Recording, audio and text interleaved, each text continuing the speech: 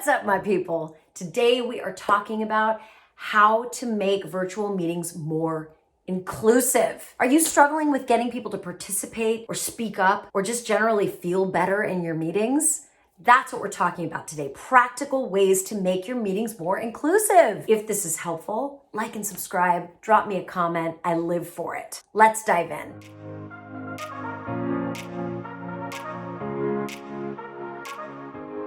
Okay, so let's talk about if we're gonna make meetings more inclusive virtually, we first need to understand what makes people feel excluded virtually. So what causes us to feel excluded? It's when we feel attacked, othered, like we are the other versus the them, or when we feel invisible. There was a 2019 study from EY's Center for Talent Innovation that said 39% of respondents felt the greatest sense of belonging when they had a manager who checked in with them personally and professionally. Now think about that for a second. That's almost half of the respondents said they would feel a hell of a lot more included in things if their manager, the people that are above them, just checked in with them more often. So one way to look at this problem of exclusion is to see it really as a problem of connection. So the question is, are there easy ways that you can build into your daily routines that allow you to check on your people, especially the people that feel the least courageous in meetings? Not by cornering them and being like,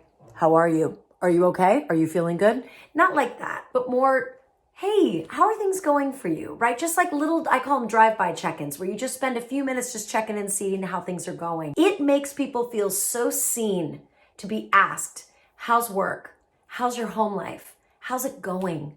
It's hard being human right now. It's unbearably hard. And most of us show up to these virtual meetings like, even though deep down we're like, ugh. So anything you can do to check in on the humanity of the people that work with you, the more included they will feel even before the meeting begins. But what about inside of the meeting? How do you make people feel more included? I mean, honestly, it could be as simple as asking for their opinion with an open, kind expression on your face. You know what? I want to check in with so-and-so and so-and-so. What do you guys think about this? And the lower those people are in the hierarchy, the more they appreciate you giving the mic to them in a kind way. And by naming a couple of people at the same time, maybe it doesn't put all the pressure on them. But let me be clear, if it's a virtual room full of dudes and there's only 2 women in the room, and you're like, I want to know what Sally and Thelma think of this. They might feel like you're just like, okay, well, let's hear from the women's. That's not the goal. The goal is to give people the opportunity to share what they think without making it look like you're just throwing them a bone.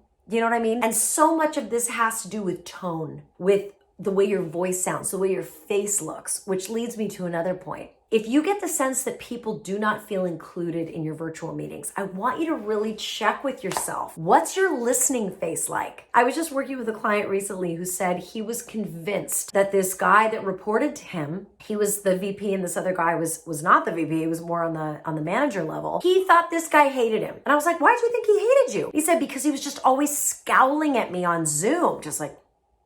It turned out the guy who was the scowler had terrible vision and didn't have glasses for mid-range, which is what computer vision requires us, is to have mid-range vision. And because he couldn't see, he was always squinting. So all this time, my client thought this guy hated him, didn't like him, didn't want to participate. He was squinting because he couldn't see. So there are things that we need to think about in how we listen. What face are we making, right, in a Zoom? If it's this listening face, other people are going to be far less inclined to participate. If you're off camera, if you're muted and all there is a name and you don't say a word during the meeting, people might be intimidated by that, especially if you're higher up in the corporate hierarchy. They may be like, oh, she's either not paying attention or she thinks I'm an idiot and she's just silent. So coming off mute every so often and saying, yeah, right on. I like that. I like where your head is at. Have you thought about this? Have you thought about that? Just participating in a way that indicates that you're interested, engaged, and that you're treating everyone's input as if it has value. But here's another secret to more inclusive meetings. Some of us really struggle with managing big emotions in meetings.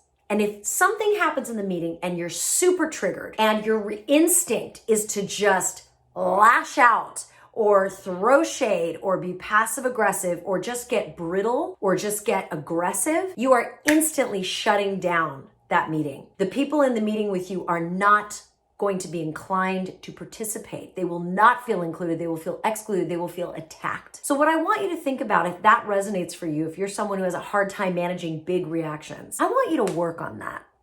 I want you to think about ways that you can allow yourself to feel what it is you legitimately feel as a human being in that moment, but maybe use your breath to calm yourself down.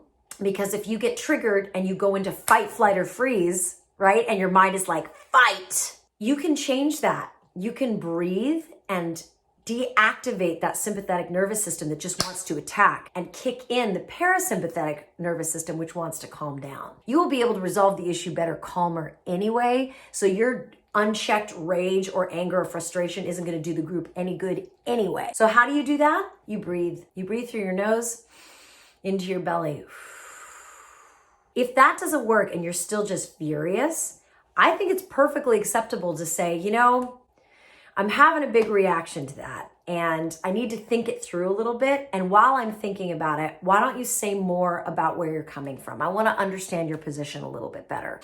Breathe, right? That buys you time to calm down. A lot of times people feel excluded in virtual meetings because they don't feel seen. They don't feel heard. Nobody's asked them how they're doing. They treat them like wind up, monkeys with a smashing cymbal. And they're like, why the hell would I participate in this thing? But other times people feel excluded because they are intimidated by you and your reactions. So I want you to really do some thinking this week. What about the way you're approaching your meetings may be creating a sense of feeling invisible on the other end, or maybe creating a sense of otherness on the other end? Really check in with yourself. I always believe as a communication coach, yes, we have to deal with bad behavior all the time in others. But before we can respond to and deal with the behavior that's bothering us about other people, we got to look in the mirror. We got to figure out what it is inside of us that could be creating a problem.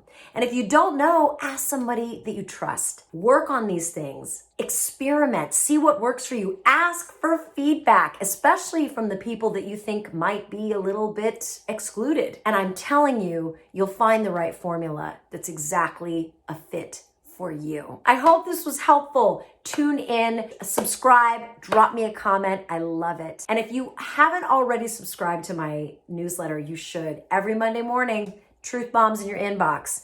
BronwynCommunications.com/subscribe.